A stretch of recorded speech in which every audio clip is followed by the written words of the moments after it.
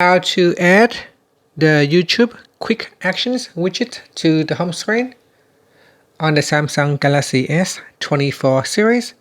First, tap on the home button to go back to the home screen. Then on the home screen, touch and hold. Next, go down, then tap on Widgets.